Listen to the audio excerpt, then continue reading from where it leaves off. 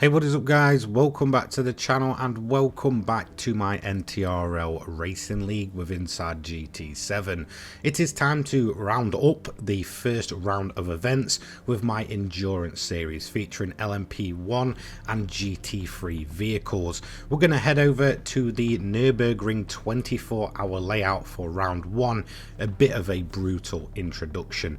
But before we do that, we're going to have a look at the cars that are on offer here. So for the Pro/LMP1 category, this is going to be for the faster driver. It features the 2016 LMP1 spec vehicles with open tyre choice and BOP on. Whilst not perfect in terms of a decent balance, it is the closest we could possibly get. Let's move on next to the AM/GT3 category. This is for the slower driver of the team. It's going to be a Group 3 spec vehicle, once again open tyre choice with BOP on. Again, pretty much a wide range of cars that can enter this category, much wider than what we see with the Pro spec vehicles. Onto the format next, we have a 15-minute qualifying session followed by a 60-minute race, open tyre choice, BOP on, and points up for grabs for both individual and teams, meaning that there is plenty on offer, from a Pro win in a category all the way to an AM win in a category and an overall team win as well. So let's get into round 1 at the Nürburgring Nordschleife. But before we do that, we need to head over to our safety car for a quick briefing on what's on show here at the Nürburgring 24-hour. Bit of a different layout from the norm. It does combine parts of both the GP layout pretty much in its entirety, as well as obviously the Nordschleife. Turn 1 is a very tight one. Plenty of accidents can happen there. We also have a bit of a change before we actually get onto the Nordschleife itself. A bit of a lesser chicane, should I say, much quicker than what you'd see on the standard GP layout, and then obviously heading onto the Nordschleife. On this run down the hill before you head back uphill and into a heavy braking zone, there's plenty of opportunities here to get an overtake done, but it is a very fast section which you will need to be aware of. Then we move on to the famous carousel. Again, this can be very make or break for a run, especially with the LMP1 cars, with how low they are to the ground, and then obviously with weather and time of day really taking an effect there on how quick a car can move through there. Then you go into perhaps the most technical part of the track, a long string of very tight and close sections. Overtaking is at a premium here. You are basically waiting for someone to make a mistake up ahead of you. But again, if you absolutely nail this, you can definitely nail the lap around the Nordschleife. Then you move on to the big long straight. Goes on for absolutely ever. Plenty of overtaking opportunities, as well as the penalty line there as well, which can be an absolute menace if you do have to serve one before finally going across the line to finish up your lap.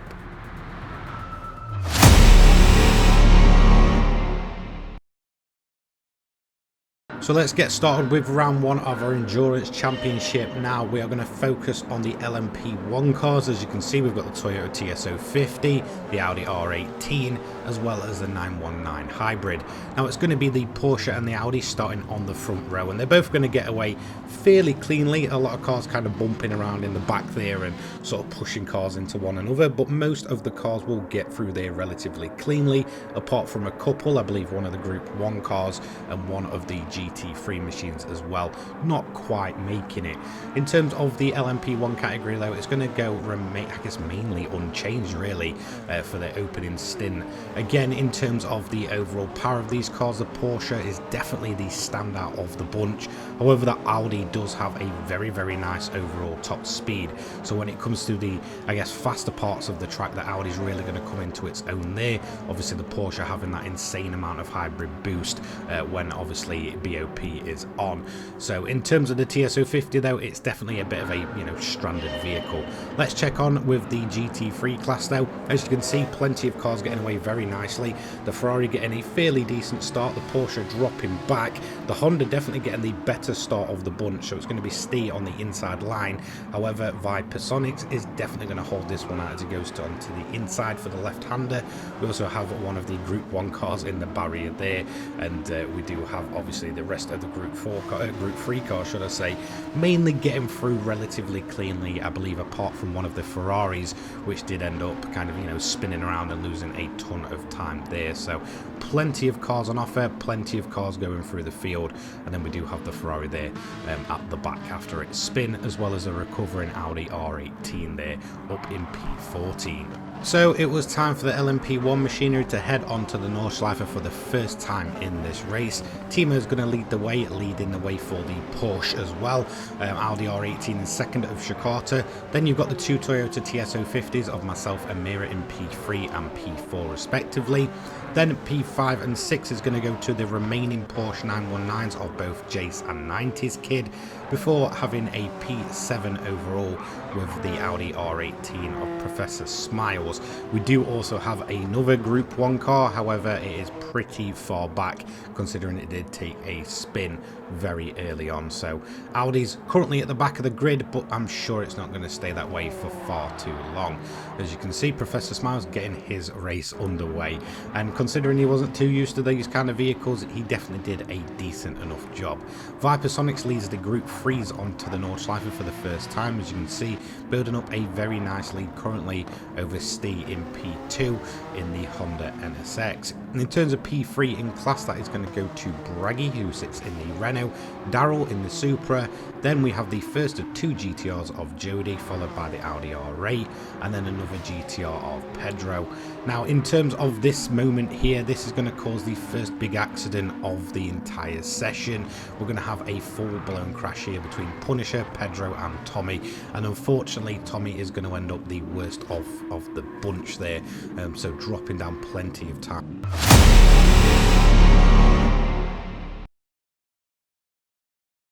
So it really ended up being a race of connection issues, unfortunately. Timo ended up dropping away and dropping out from a very, very good position.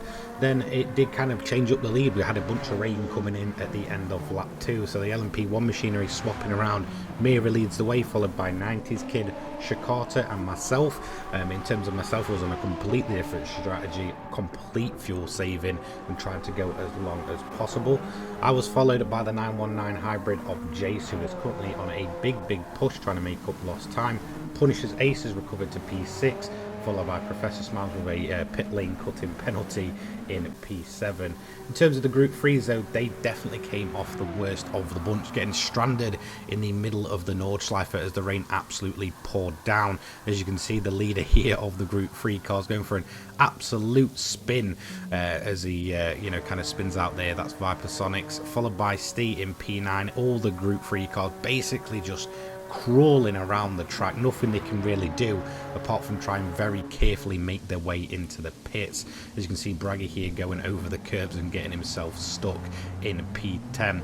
In P11 then we do have Jody, who's managing to keep the car under control and just, you know, poddle away into the pits there. So yeah, it's just an absolute nightmare for the Group 3 cars. Definitely not getting on too well, as we see Tony also getting himself into the wall there, followed by Darrow, who is again just crawling away. And the further you were back in terms of getting absolutely stranded, the worse it was as well, considering just how tight and technical the Nordschleife is. And if you get caught on that grass, you're definitely going to go around. However, they did eventually manage to get those pit stops done, and the normal racing resumed for them guys around about the midway point. As you can see, we still have Vipersonics leading the way from Steve, who gets a pit lane cutting penalty, followed by Braggy in P9. We did also have a dropout of another one of the cars. Then we have the Audi R8 LMS Evo of Tony, who's currently sat in P10. Then in terms of the overall Nissan battle, since we have two of those, it was Jody leading the way of that one with another pit lane cutting penalty in P11. P12 is the Supra of Daryl, and then we have the second of the GTRs currently running in P13 overall, which is going to be Pedro making his debut in the league. Again, another pit lane cutting penalty. And then finally, due to dropped cars, we do have the 458 Italia of DWG currently running last and P14 overall.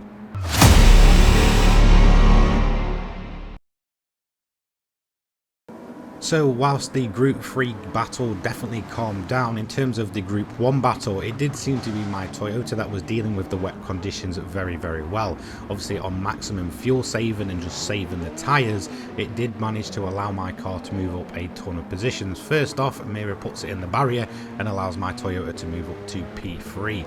Then a couple of laps later on, we do have a battle on lap 5 between 90s Kid, who again making a ton of mistakes in the 919 and just beginning to drop back before unfortunately his connection would give way.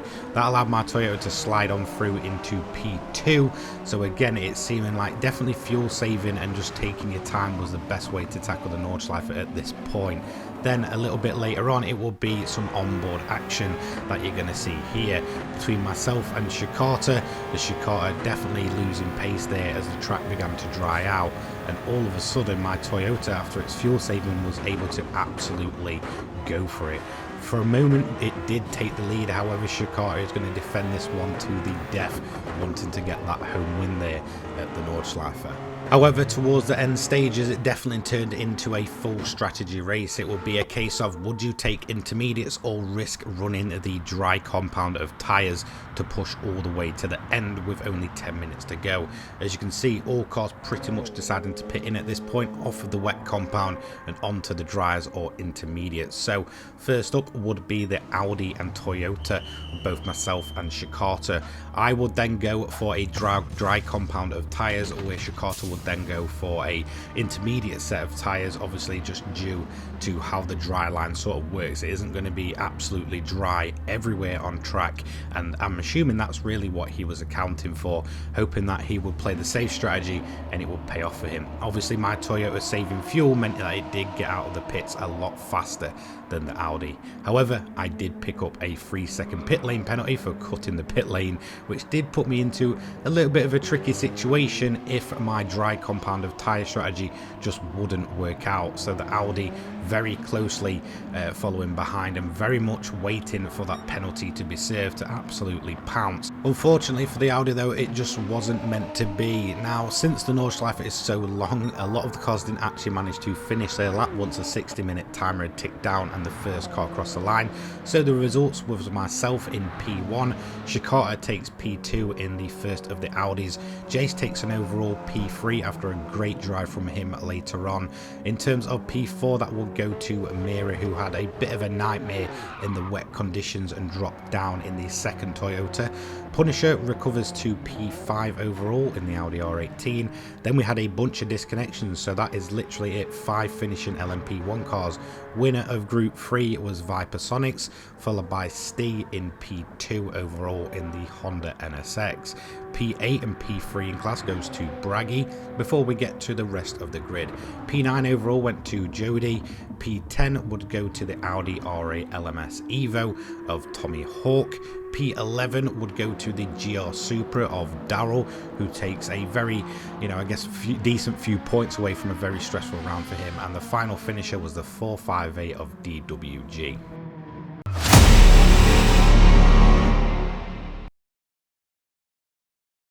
So it's time to check out the winners. In terms of Group 1, it was myself. In terms of Group 3, it was going over to Viper Sonics. And now in terms of the teams, it was going to be myself for Team Turismo, as well as my teammate Stee, who also took a solid P2 in class.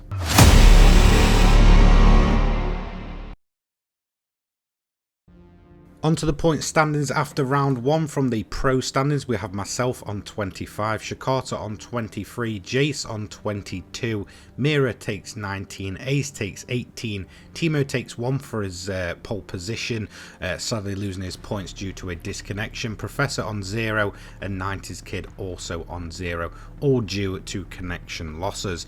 In terms of the AM standings next, it's a little bit different. Up at the top we have Viper on 17, Stee on 13, Braggy on 11, Jody on 9, Tomahawk on 7, Daryl on 5, DWG on 4, and finally Pedro on 0. Once again, sadly due to a disconnection mid-race, so I'm assuming this will kind of pick up as the season will go on. Now next up, the team standings. In terms of the lead for this one, we've got Team Turismo, which is myself and Stee, on 38, Team Chrome, which is Shakata and Tony, they're on 30. Team Gold, which is Ace and Braggy on 29, Hoonigan, Jody and Mira on 28, Team Wiser, which is Jace and DWG 26, Team Shaken, which is a Martini looking livery on 17, Falcon Racing on 6, and Team Oil takes 0. Big thank you to all of my channel members: Luis Vieira, Old School Gamers, Crazy Cobra, JRO49, Carl Wyatt, Phil Wilmot, Dominic Saylor, Dan, Sean and Chris 75572. Massive thank you for your continued support. I'll see you in the next one. Take care guys. Peace.